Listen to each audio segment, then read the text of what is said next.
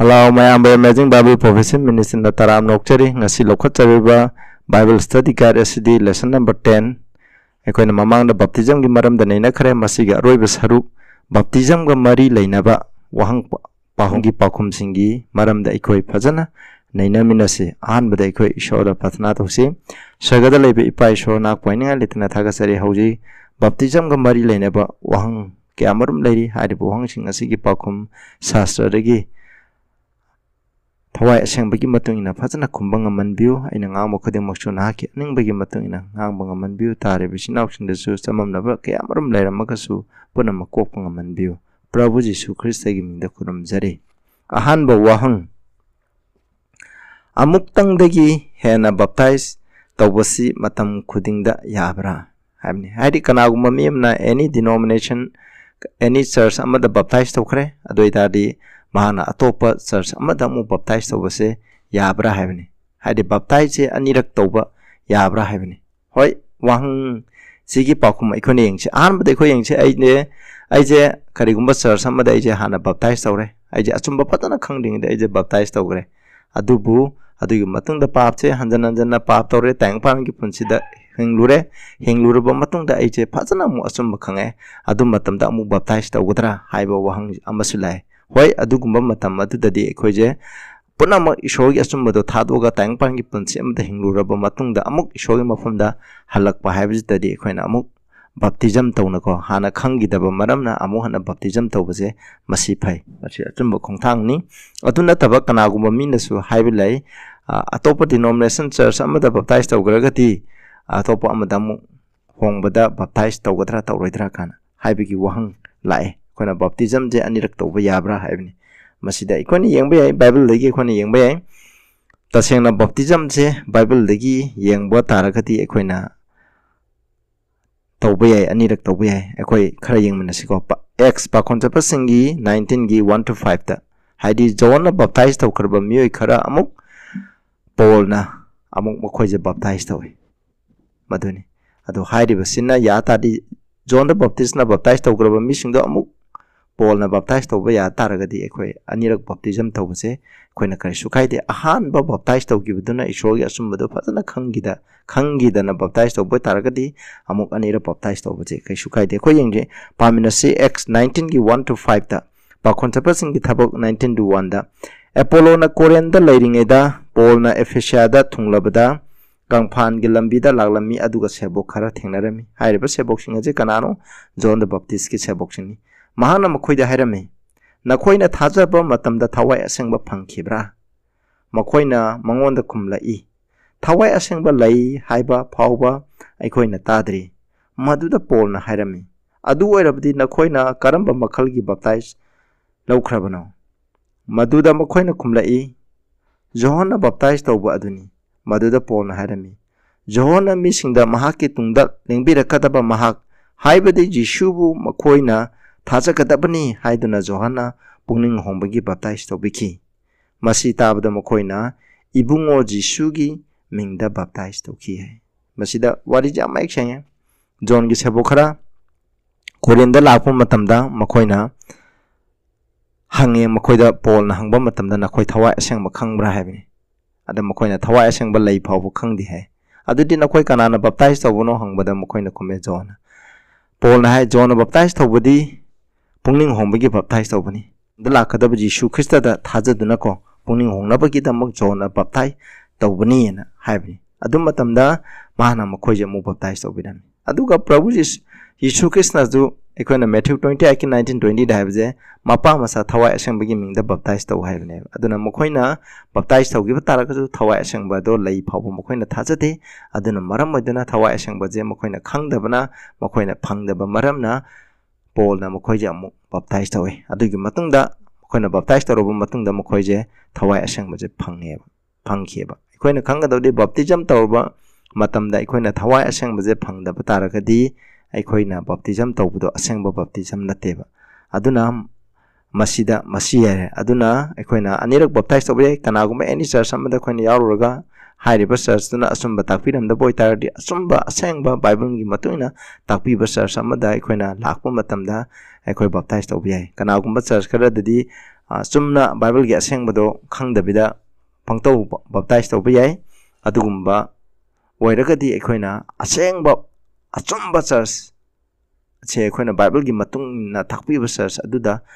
lakpa matamda ekhoina amung hana baptize tawba karisu kaide habise masini maramdi John gi chabok singbu Paul na amung hana baptize tawi matangi question da angang singbu baptize tawba yabra habini Bible gi matun angang singje baptize tawba yabra yati koina mamang da sunai nagare baptism habise karino habidi masi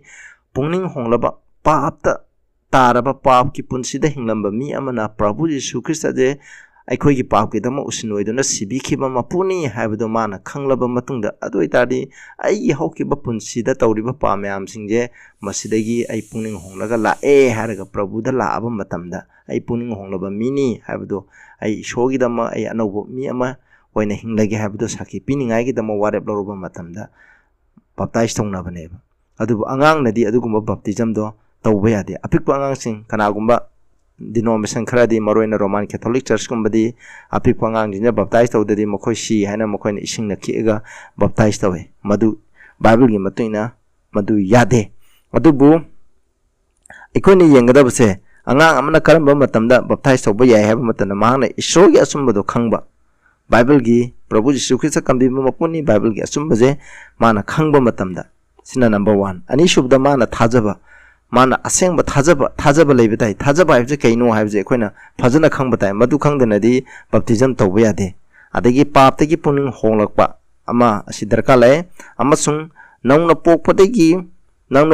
haktengna na thengnarabadi mana baptize tawba yaiba aduna haidibje angang khudingi maigi sahi gi tangkakche ekoina khenaba yai angang kharadana ekoina adudi horen mathangi question da lakani sinausa aduna angang na baptize tawba haibse yade aduga apikpa angang singna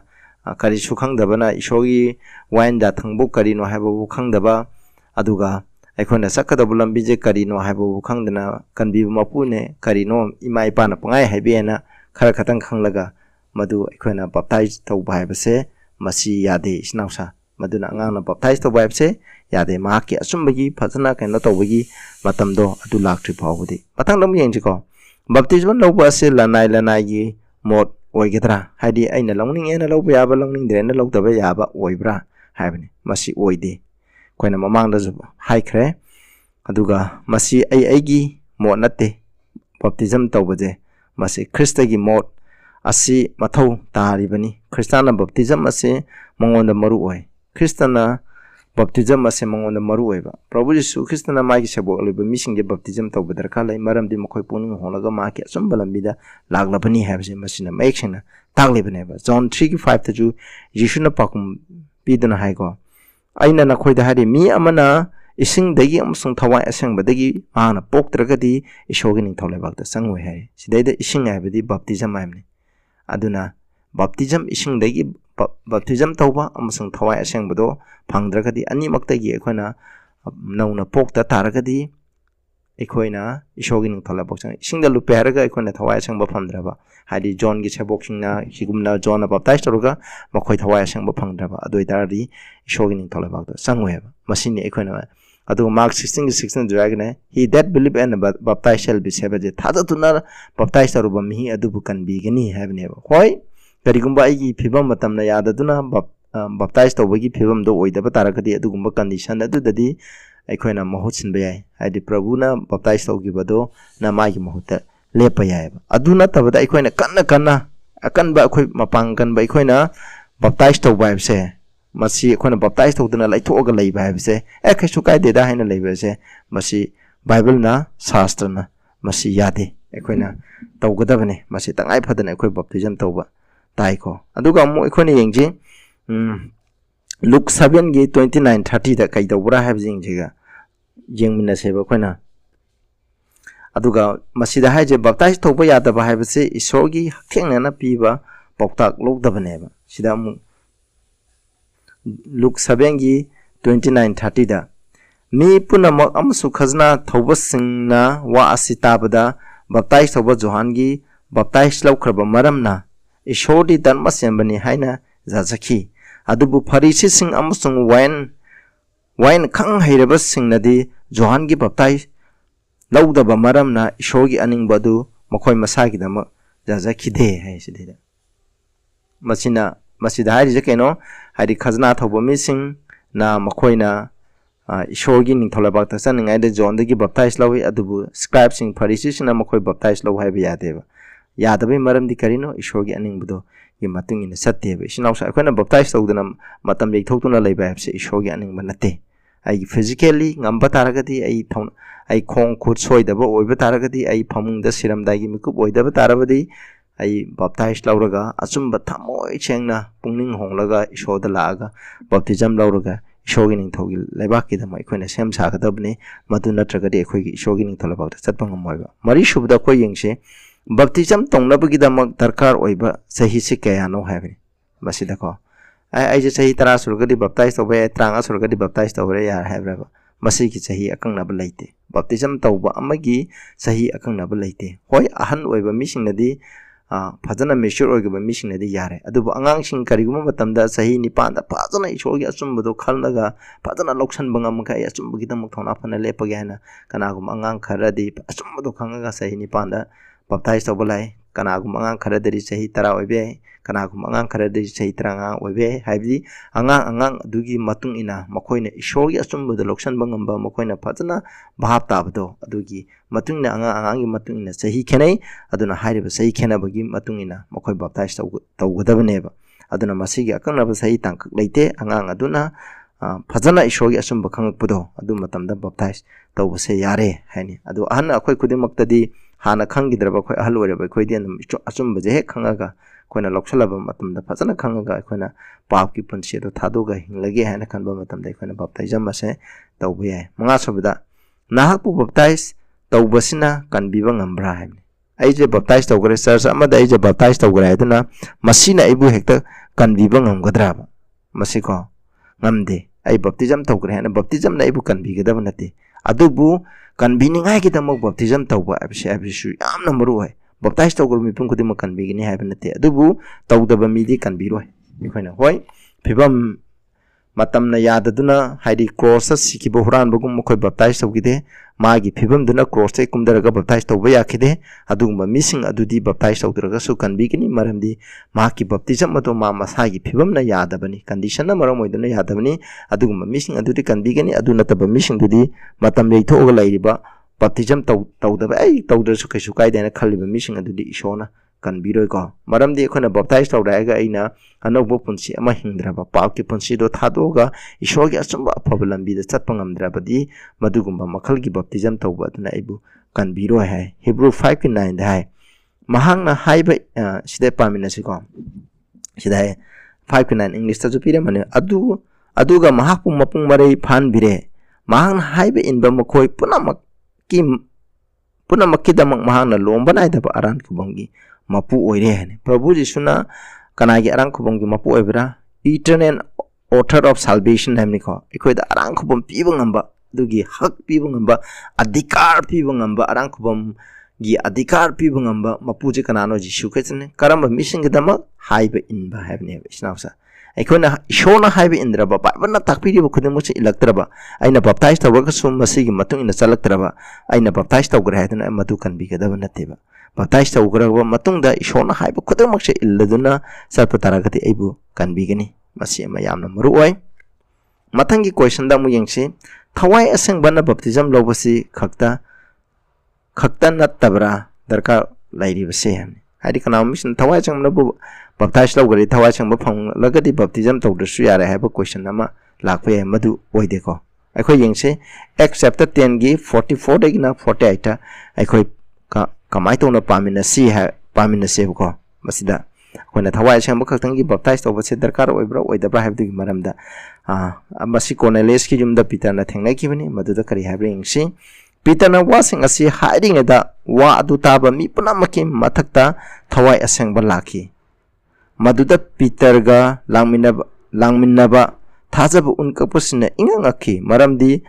ꯑꯇꯣꯞꯄ ꯖꯥꯠꯁꯤꯡꯗꯁꯨ ꯊꯋꯥꯏ ꯑꯁꯦꯡꯕꯒꯤ ꯈꯨꯗꯣꯜ ꯍꯩꯊꯕꯤꯔꯦ ꯍꯥꯏꯕꯅꯦꯕ ꯁꯤꯗꯩꯗꯀꯣ ꯍꯥꯏꯗꯤ ꯃꯥꯅ ꯂꯥꯛꯑꯦ ꯏꯁꯣꯔꯒꯤ ꯋꯥꯗ ꯇꯥꯔꯦ ꯑꯇꯣꯞꯄ ꯖꯥꯠꯁꯤꯡ ꯖꯦꯟꯇꯥꯏꯜꯁꯤꯡ ꯔꯣꯃꯥꯟ ꯃꯆꯥꯁꯤꯡꯗꯁꯨ ꯊꯋꯥꯏ ꯑꯁꯦꯡꯕ ꯍꯩꯊꯕꯤꯔꯦ ꯃꯈꯣꯏꯗ ꯐꯪꯉꯦ madu makata abada mukari tawbra habi moi sida thawai sangba phangre ko adudi mokoi baptize tawdu su yaraba thawai sangba phangadi mokoi baptize tawdu jun shona kan birani si matang ida loisan be yaba makata abada yengchi ko 46 48 maram di mokoi na atopo loan ba amsung isoba thakat ba adu mokoi na taki maduda pitana kongki aikoi na thawai sangba phangbugum na phanglaba mising asibu baptize tawbidana ba kanagumba mina ising thingba ngambra Krista ge mingda mokoi baptize launaba mahana mokoi de yathang piki aduga mokoina Peter da numit khara mokoi ge lemina na bahajiki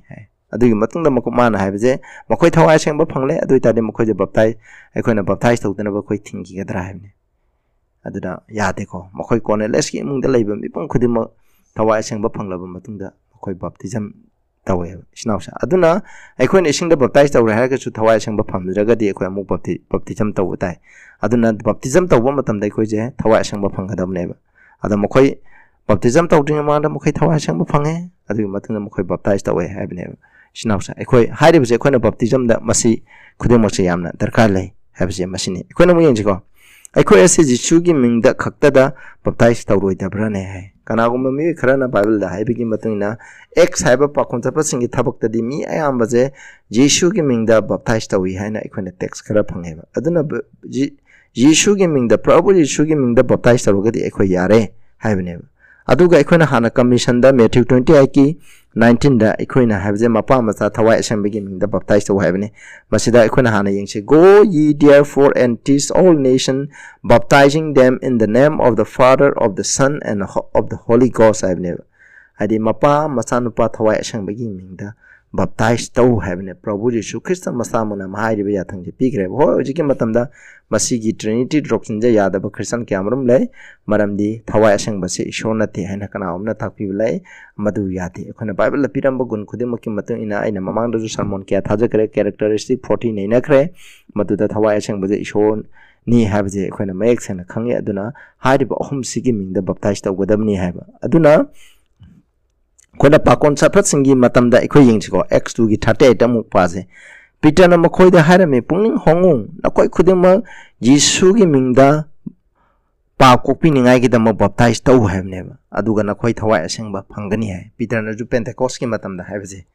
kona mapa masa thawai asenggi mingda baptize taw haide Jisu gi mingda baptize taw haibne mase kana aduno maduda laiba tong lamdagi lakpa jiudi sing mi jat ayamba sure maduda Jisu gi mingda baptize taw wana hai mase masigi maru iba maram se karino Jisu gi mingda baptize taw ji Prabhu Jisu na takpi bagi onna taina bada mapam sa thawai assembly mingda baptize taw haide bida Jisu gi mingda baptize taw haide kai gino haide madudi ayamba maduda laiba mi sing jiudi sing aduga hana shastra gi maram da khanglaba mi sing neba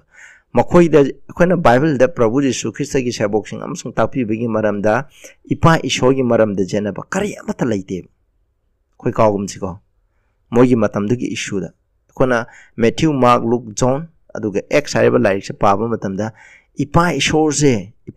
ishoni ma ishonate haibaje masigi maramda jenaba amta laite adubu mi kharadadi Prabhu Jisu Christ je Christani ishorge masanupani mahakse ishoni haibdo mi kharad thajadeba adugi damak jenaba yam leirameba aduga thawai asengba gi maramda jo thawai asengba je akoina phangba darka oite haibaje masigi maramda jo thawai asengba gi maramda ju jenaba amata laite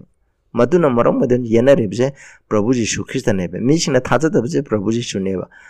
ipa ishor thajai aduga thawai asengba je phanggadamni haibaje misina thajayeba aduna maram moiduna mokoi je kana gi mingda baptize taw haiba Jisu Christ gi mingda maramdi Jisu Christ gi mingda baptize taw ba Jisu bu yazaba tarabdi matamdur leibe me phung kuding je ipa ishor amsung thawai asengba je yarabane punamang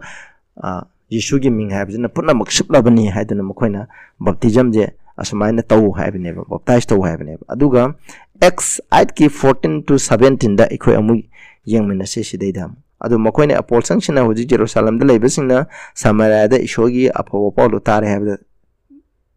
tarame aduga mokoina Peter amasung John tarame aduga sida 15 da amu adaidi mokoina mafam duda mokoi lae प्रार्थना तंगनबो मखoi गिदम कुमथारे मखोइना थवाइ संग फंगनांगै गिदम 16 दा as that he was fallen upon none of them tu bojung oina muk thawai sang mokoi amta da phanglam deba only they were baptized in the name of the Jesus. Aduga makoje Yeshu Christ gi mingda baptized tawme maramdi sida baptized of Acts chapter 8 ta yawriba mising dudi thawai asangba gi maramda khangdeba heko aduna makoje kaidoba makoje aduna khangdaba duna maram moidana makoje Yeshu gi mingda muk thawai asangba gi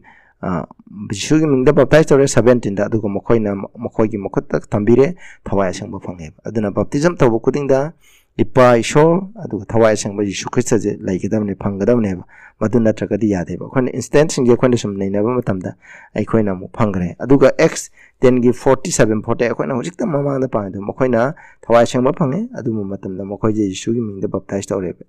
masini ko aduna masi gi case lai aduga 19 gi 5 ta mu yengchi ko khoina mamangda ju pa khre 19 gi ko John gi chabok ching baptize tawda thawai sangba khangde adu matamda mokhoi Yeshu gi mingda baptize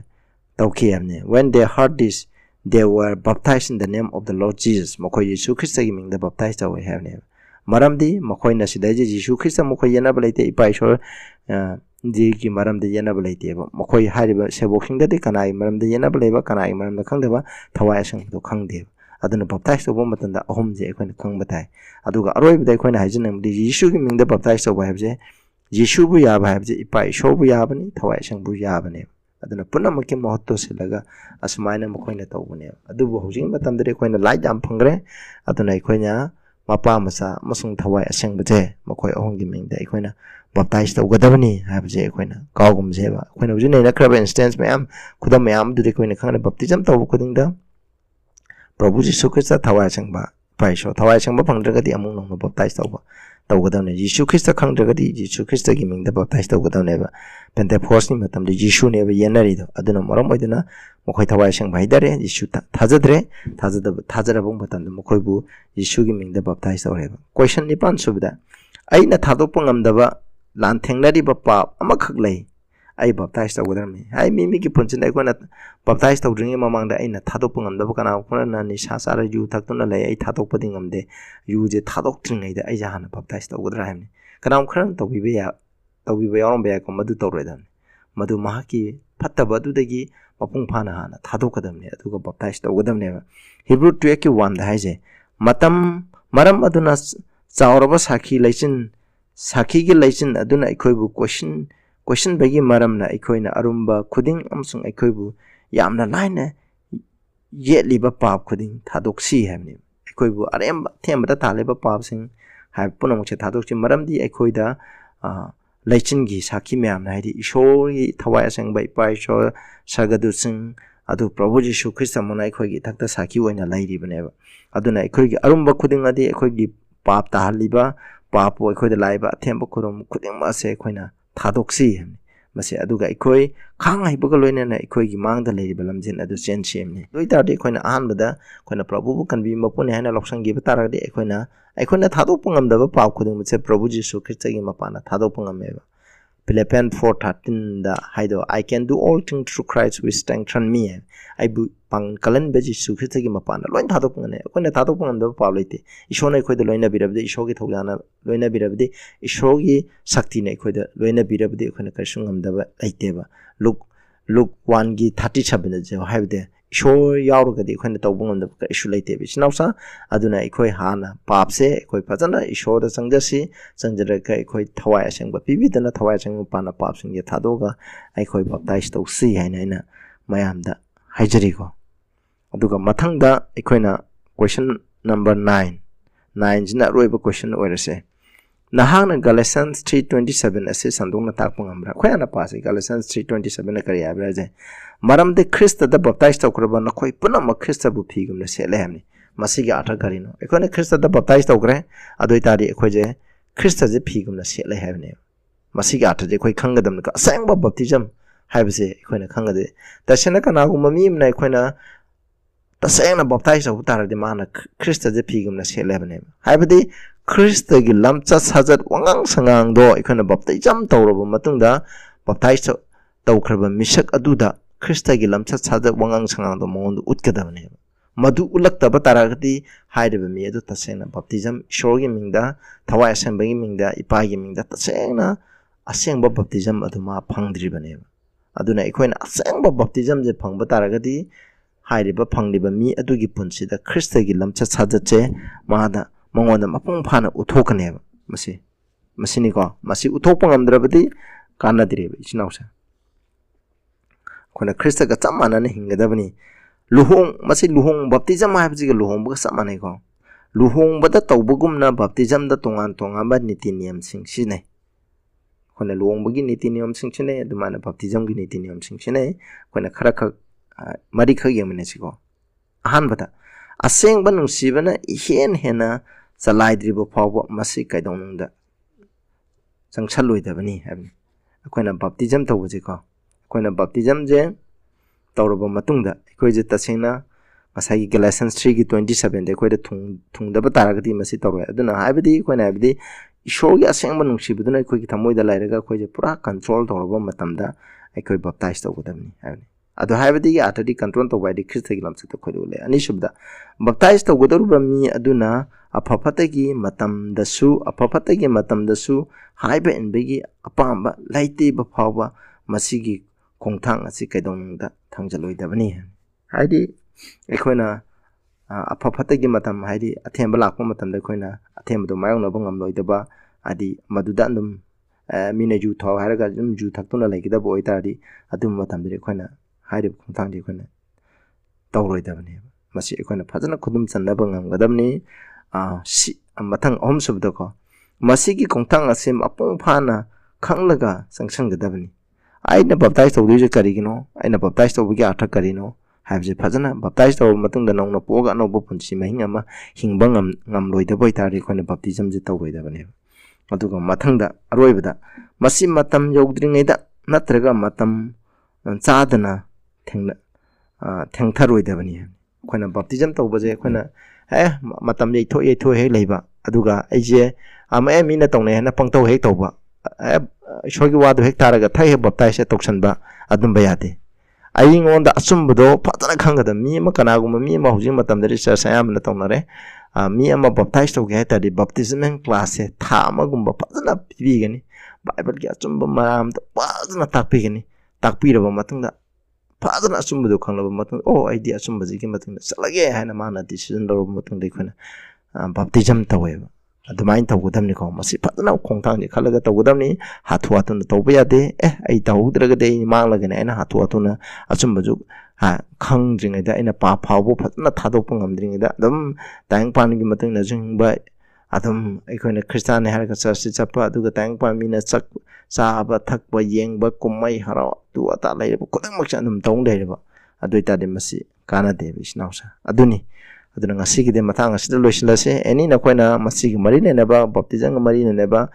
any question khangdaba leiba taragadi haibiro koina sastra-gi matung ne khoi yengminaseba kanaguma anoba mising oiba taragadi subscribe channel asibu subscribe tobiu maru mapang da share tobiu adu mathangda mu ikoina science of the time look 21 gido khoi witness ne mita muk pujarake maduda mayam ngaibiram mo khoi patna tawse sagada leibe pa yam thakasare koina baptism mari ne ba wahang khara naina jakare madugi pakhum khara su sastadagi matena khumja khare naina jakare hairibu khudum asida tareba khudum tasuna hana bo bibiyo prabhu ji sugi mingda khuram jari amen.